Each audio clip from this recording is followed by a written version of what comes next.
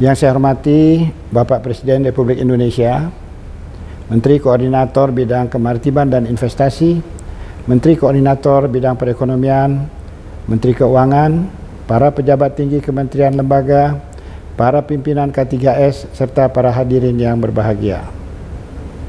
Assalamualaikum warahmatullahi wabarakatuh. Selamat pagi dan salam sehat bagi kita semua. Puji dan syukur kita panjatkan kepada Tuhan Yang Maha Esa, karena atas rahmat dan ridhonya pada hari ini kita semua dapat menghadiri acara 2020 International Convention on Indonesian Upstream Oil and Gas secara virtual. Semoga pertemuan ini dapat meningkatkan peran strategis industri migas dalam pembangunan ekonomi nasional. Bapak, Ibu, serta hadirin yang berbahagia, dunia saat ini tengah mengutamakan pemenuhan energi bersih dari energi baru dan terbarukan, tak terkecuali dengan Indonesia. Akselerasi pengembangan energi bersih menjadi tantangan kita, di mana untuk mendukung komitmen global dalam mengurangi emisi gas rumah kaca telah ditargetkan 23% energi terbarukan dalam bauran energi nasional di tahun 2025, serta komitmen kita pengurangan emisi gas rumah kaca pada tahun 2030 hingga 29% dengan upaya sendiri dan 41% dengan bantuan pihak internasional. Namun, akselerasi pengembangan EBT ini tidak meninggalkan peran sektor migas. Meskipun secara persentase bauran energi migas menurun, namun secara nominal justru meningkat.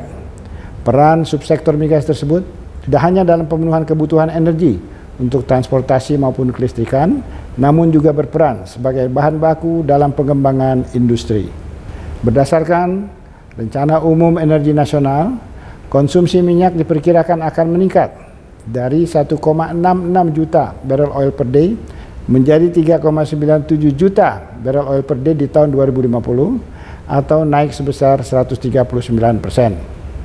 Sedangkan untuk konsumsi gas meningkat lebih besar lagi, dari 6.000 mmscfd menjadi 26.000 mmscfd pada tahun 2050 atau naik 298%. Untuk memenuhi kebutuhan energi tersebut, sesungguhnya potensi hulu migas Indonesia masih cukup besar. Karena dari 128 cekungan migas yang dimiliki, baru 20 cekungan yang sudah berproduksi dan masih terdapat 68 cekungan yang belum dieksplorasi. Perlu disadari bahwa industri migas adalah industri yang membutuhkan investasi yang besar, teknologi yang tinggi, dan memiliki risiko yang tinggi. Melihat peran strategis dari subsektor migas tersebut, maka atas arahan Bapak Presiden, subsektor migas tidak hanya sebagai revenue generator, namun untuk menjadi penggerak roda perekonomian nasional.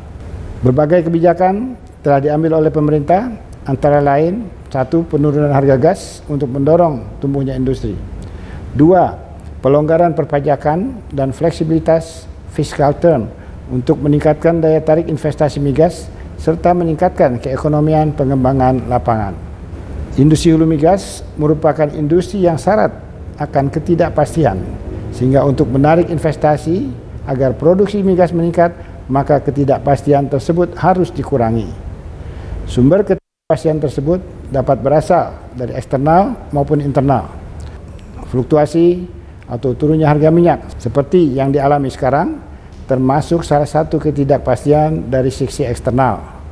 Adapun dari sisi internal dapat berupa regulasi atau perizinan yang terlalu kompleks atau terkait insentif pendukung keekonomian lapangan, baik yang berada di dalam maupun di luar jangkauan kontrol Kementerian ESDM.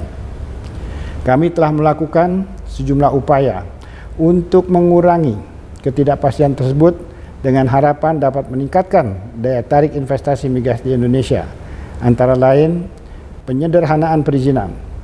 Sebagian besar perizinan migas telah dilimpahkan kepada pelayanan terpadu satu pintu di BKPM. Saya ingin mendengar sudah seaktif apa sistem pelayanan itu sekarang, serta mana-mana yang masih perlu kita optimalkan. Masukan dari konvensi mengenai ini sangat kami tunggu. Penyediaan dan keterbukaan data melalui Permen ESDM nomor 7 tahun 2019 tentang pengelolaan dan pemanfaatan data minyak dan gas bumi. Pemerintah telah mendorong keterbukaan akses data bagi para investor. Selain itu, pemerintah telah berperan aktif untuk penyediaan data baru dari selesainya akuisisi data seismik 2D sepanjang 32.200 km open area. Fleksibilitas sistem fiskal telah diberikan kebebasan kepada kontraktor migas untuk menentukan pilihan jenis kontrak, baik menggunakan gross split atau production sharing contract, sehingga diharapkan investasi di subsektor migas semakin menarik dan meningkat. Integrasi hulu hilir untuk mempercepat waktu monetisasi yang salah satunya diakibatkan adanya gap harga keekonomian lapangan di sisi hulu dan kemampuan serap di sisi hilir. Disusun kebijakan berupa penurunan harga gas untuk mendorong tumbuhnya industri domestik. Selain itu, saat ini sedang disusun kebijakan Grand Strategi Energi Nasional. Stimulus fiskal, harus kita sadari bahwa kejayaan migas telah berlalu.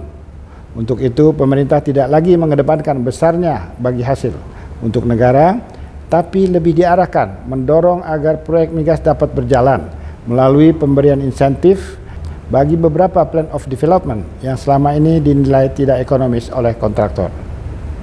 Bapak, Ibu, serta hadirin yang berbahagia, kami sadar dalam proses perbaikan ini tentunya terdapat beberapa hal, masih banyak hal yang dianggap belum optimal.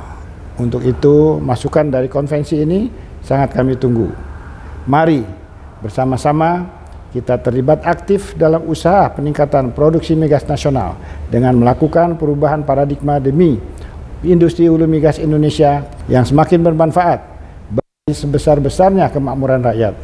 Terima kasih. Wassalamualaikum warahmatullahi wabarakatuh.